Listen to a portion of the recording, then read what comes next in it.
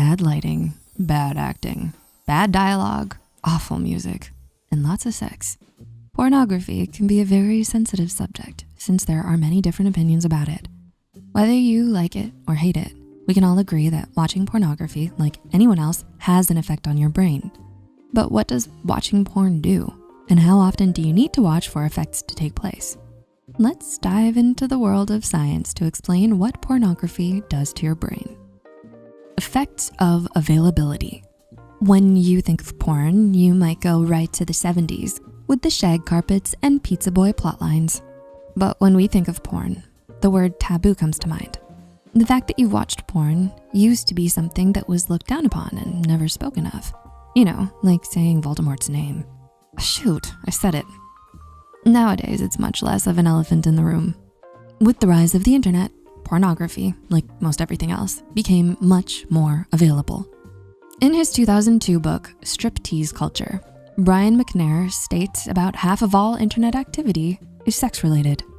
Fast forward to 2004, MSNBC and Elle magazine did a study regarding pornography where, out of 15,246 participants, 75% of the men and 41% of the women stated they had downloaded pornography via the internet.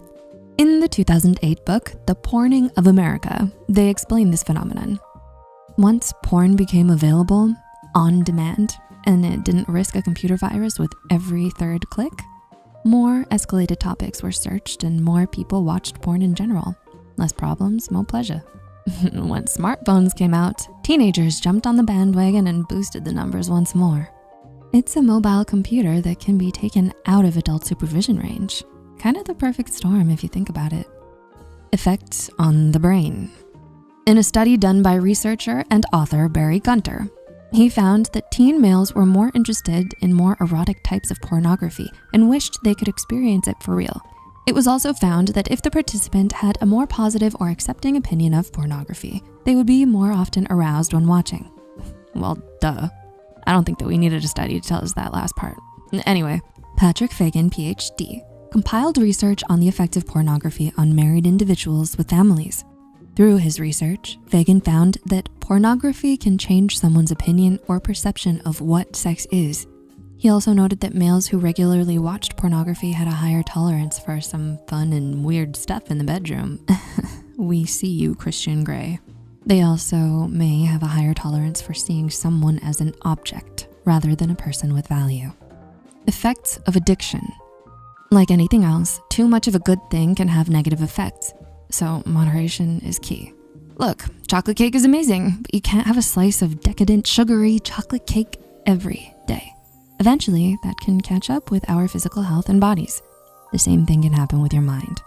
In 2015, a group of researchers stated, frequent pornography exposure hasn't been fully studied, so there may be a lot more to the picture than what we know now.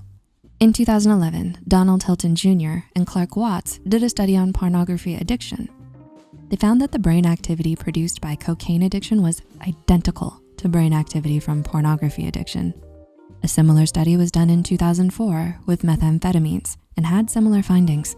So, your aunt with a shopping addiction who's always ordering off Amazon or home shopping networks all at the same time, her brain might look a little something like this too. It's not all bad.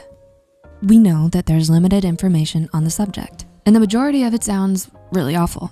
So Gary Wilson came out in 2016 to remind us that we can't just say, oh, you watch porn, you see people as objects and are a trash human. No. Pump the brakes, baby cakes. He found that the times we saw more extreme negative effects from pornography overuse, that the same person also showed evidence and indications of mental illness. So there may have been other reasons as to why this person justified negative sexual preferences with pornography. Also in 2016, another study was done regarding acceptance of pornography in marriages. So for the rest of us, how do you feel about your spouse watching porn? In this study, it was found that the majority of the couples didn't mind their spouse watching porn when they both engaged. Maybe not necessarily in the same room at the same time, but you get it.